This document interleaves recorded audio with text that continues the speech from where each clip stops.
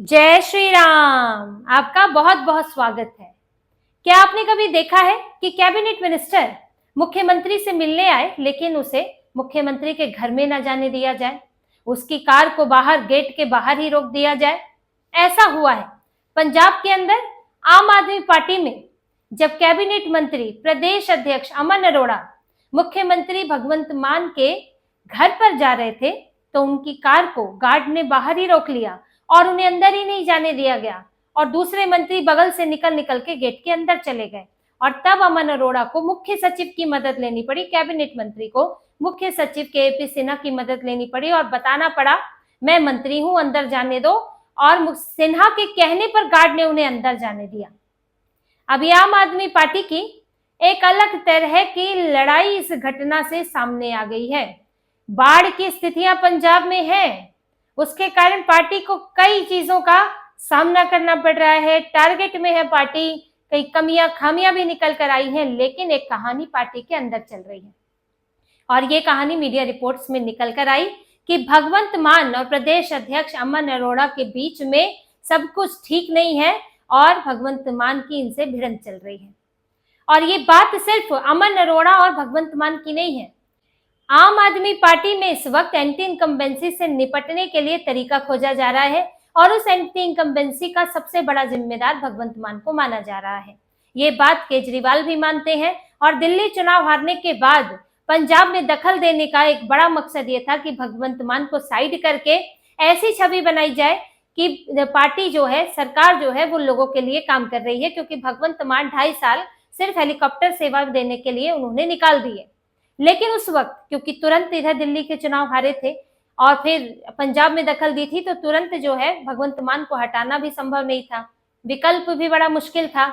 लेकिन अब धीरे धीरे स्थितियां बदलती हुई दिख रही हैं और इसमें अमन अरोड़ा जो है मुख्य तौर पर उभर रहे हैं, जो कि केजरीवाल के करीबी भी हैं। ये जो कुछ दिनों की घटनाएं हुई हैं वो मैं आपको बताती हूँ कि किस तरह भगवंत मान जो है वो अमन अरोड़ा के खिलाफ दिख रहे हैं। अमन अरोड़ा ने पिछले साल एक बयान दिया था कि पंजाब भले ही सिख बहुल राज्य है लेकिन यहाँ पर एक हिंदू मुख्यमंत्री भी हो सकता है। इसके बाद भगवंत मान ने कैबिनेट मीटिंग में कहा था कि अगर मेरा ही कोई कलीग बनना चाहता है तो मैं छोड़ने के लिए तैयार हूं। तो वहीं से एक टकराव शुरू हो गया था। अब जब यहाँ पर केजरीवाल हारे, फिर यहाँ आए, तो अमन अरोड़ा की केजरीवाल से नजदीकी बन गई। अभी जब अरविंद केजरीवाल बाढ़ प्रभावित इलाकों का दौरा करने आए तो भगवंत मान साथ नहीं थे, बीमार भी है भगवंत मान, हॉस्पिटलाइज थे। तो साथ में कौन आए? अमन अरोड़ा। कोई और भी आ सकते थे लेकिन अमन अरोड़ा साथ में आए। जब पीएम मोदी का इधर दौरा था, उन्होंने हवाई दौरा किया, तो वहां पर अमन अरोड़ा को स्वागत के लिए भेजा गया। तो भगवंत मान का रिप्लेसमेंट अमन अरोड़ा बन रहे हैं। हालांकि ऐसा संभव नहीं है और अरविंद केजरीवाल ये रिस्क भी नहीं लेंगे कि अमन अरोड़ा को मुख्यमंत्री बनाया जाए, क्योंकि अभी तक ऐसा होना बड़ा मुश्किल लग रहा है। सिख मेजोरिटी है तो उसी में से ही कोई मुख्यमंत्री बनता है। पर अमन अरोड़ा का इस्तेमाल भगवंत मान को हटाने के लिए जरूर हो सकता है। पावर सेंटर 2 बन रहे हैं। जैसे कि आपको याद होगा कि कांग्रेस में क्या हुआ था। कांग्रेस में कैप्टन अमरिंदर सिंह मुख्यमंत्री और नवजोत सिंह सिद्धू प्रदेश अध्यक्ष, 2 पावर सेंटर बने और इसके बाद ऐसा झगड़ा हुआ कि मुख्यमंत्री बदलने की नौबत आ गई और फिर चन्नी को मुख्यमंत्री बनाया गया, क्योंकि नवजोत सिंह सिद्धू उन्होंने जो कांग्रेस आला कमान है वहां अपनी ज्यादा पैठ बना ली। उनको था कि मेरे ही पसंद के विधायक हो और मैं ही यहाँ मुख्यमंत्री बनूं। लेकिन अमरिंदर सिंह को दरकिनार नहीं कर सकते थे तो उन्हें पद से तो हटाया पर चन्नी को बना दिया। अब उसका नतीजा तो कांग्रेस का जो हुआ वो तो सबके सामने है। लेकिन कांग्रेस ने ये एक ट्राई किया था 2 पावर सेंटर जब बन गए थे। बीजेपी भी कर चुकी है। बीच में सीएम बदलने का हरियाणा में बदला, नायब सिंह सैनी को बनाया और बीजेपी का फॉर्मूला काम आया। अब यहाँ पर अरविंद केजरीवाल भी एक कोशिश कर रहे हैं कि हम भगवंत मान को डायरेक्ट तो नहीं हटा सकते। बीजेपी जैसी स्थिति नहीं है ना। बीजेपी में आप मनोहर लाल खट्टर को हटाया, चुपचाप हट गए, कुछ नहीं बोला। लेकिन यहाँ पर जैसे कि कांग्रेस में दोनों पक्ष बोलने लगे थे, दोनों पक्ष अपनी अपनी धमकियां दे रहे थे, वही स्थिति यहाँ भी हो सकती है। भगवंत मान भी इतने दिन मुख्यमंत्री बन लिए हैं और अभी उनका तो करियर बचा भी हुआ है और अचानक से बेइज्जत करके हटाने में तो बड़ी मुश्किल होगी। अभी वो इतनी सारी बातें क्यों मान रहे हैं? क्योंकि मुख्यमंत्री बने हैं। मुख्यमंत्री के पद से हटे तो उन्हें मंत्री भी नहीं बनाया जाएगा, वो भी ये बात जानते हैं। तो अरविंद केजरीवाल को ऐसे में भगवंत मान को हटाने के लिए एक और पावर सेंटर चाहिए, जो कि बन रहे हैं अमन अरोड़ा। अमन अरोड़ा प्रदेश अध्यक्ष है, संगठन देखते हैं, और वो किसी अगर आदमी को बढ़ाते हैं आगे, एक दूसरा पावर सेंटर बनाते हैं, तो ऐसे में भगवंत मान कमजोर होते चले जाएंगे और कोई सरदार ही सिख कम्युनिटी से ही किसी और को भी मुख्यमंत्री बनाया जा सकता है और अमन अरोड़ा उसको सपोर्ट कर देंगे, यानी कि संगठन उसे सपोर्ट कर देगा और भगवंत मान साइडलाइन हो जाएंगे। यही देखिए झगड़ा कर्नाटक में है। सिद्धारमैया मुख्यमंत्री, डीके शिव कुमार प्रदेश अध्यक्ष। सिद्धारमैया चाहते थे कि डीके शिव कुमार को प्रदेश अध्यक्ष पद से हटाया जाए, क्योंकि संगठन आ जाता है प्रदेश अध्यक्ष के पास और प्रदेश अध्यक्ष की बड़ी भूमिका होती है टिकट बंटवारे में। तो अब जो टिकट बांट रहा है उसके लिए ज्यादा निष्ठा होती है, इसीलिए कई विधायकों ने डीके शिव कुमार का समर्थन किया है।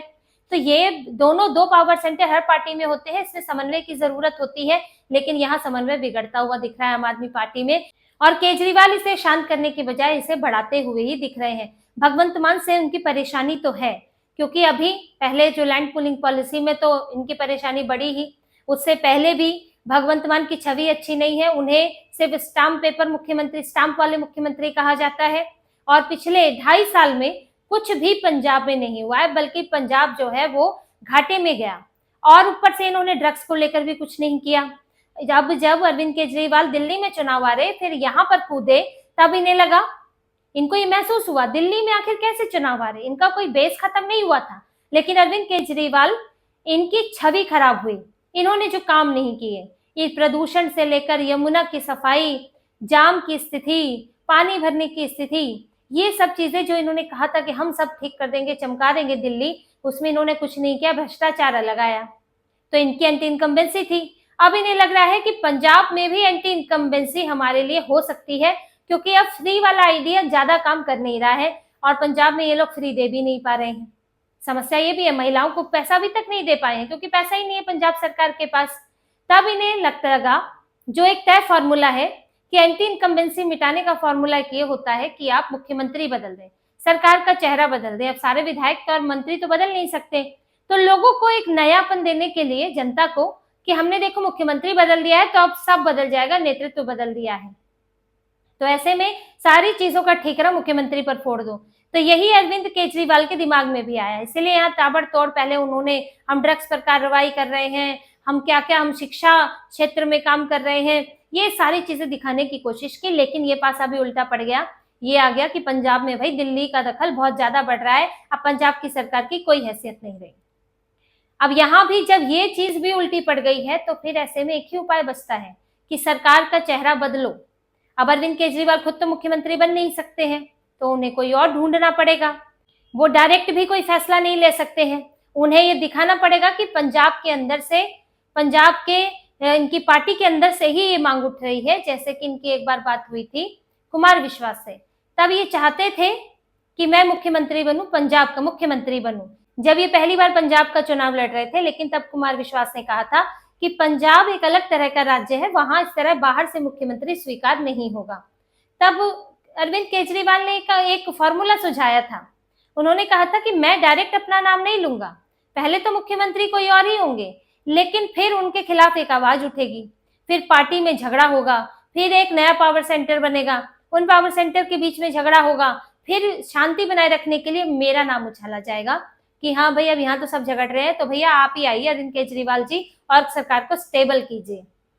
तो ये इनका एक तरीका था। अब ये तरीका संभव है कि यहाँ भी लागू कर रहे हैं, और इसके लिए अब अमन अरोड़ा का इस्तेमाल हो रहा है, क्योंकि भगवंत मान इस तरह से किसी मंत्री को आने से कैसे कोई रोक सकता है। ये इंडियन एक्सप्रेस में खबर है, और उसमें ये साफ बताया गया है कि जब अमन अरोड़ा ने अपनी गाड़ी ले जाने की कोशिश की तो गार्ड ने उन्हें रोक दिया और कहा गाड़ी बाहर पार्क करें, अंदर नहीं ले जा सकते गेट के अंदर। जबकि दूसरे सभी मंत्रियों ने गाड़ी जो है अंदर ही पार्क की थी, उनको नहीं रोका गया। फिर अमन अरोड़ा गाड़ी से उतरे, पैदल अंदर गए, उन्हें मुख्य सचिव दिखे, फिर वो उन्हें लाए, तब मुख्य सचिव के कहने पर गार्ड ने गाड़ी अंदर आने दी। आखिर गार्ड अपनी मर्जी से तो करेगा नहीं कि अमन अरोड़ा आए उनको रोकना है, गार्ड को किसी ने कहा होगा, तभी तो किसी से आदेश तो मिला होगा गार्ड को।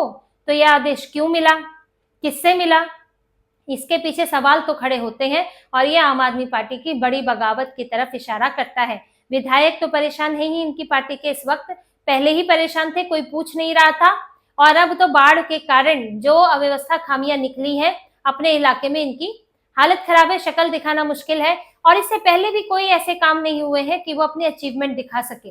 तो ये एक पार्टी जो है बगावत की तरफ बढ़ रही है, अपने अंदर के नेता नाराज हैं, और यहाँ जनता नाराज है, और ऊपर से कांग्रेस, अकाली दल, बीजेपी, ये लोग एक्टिव है।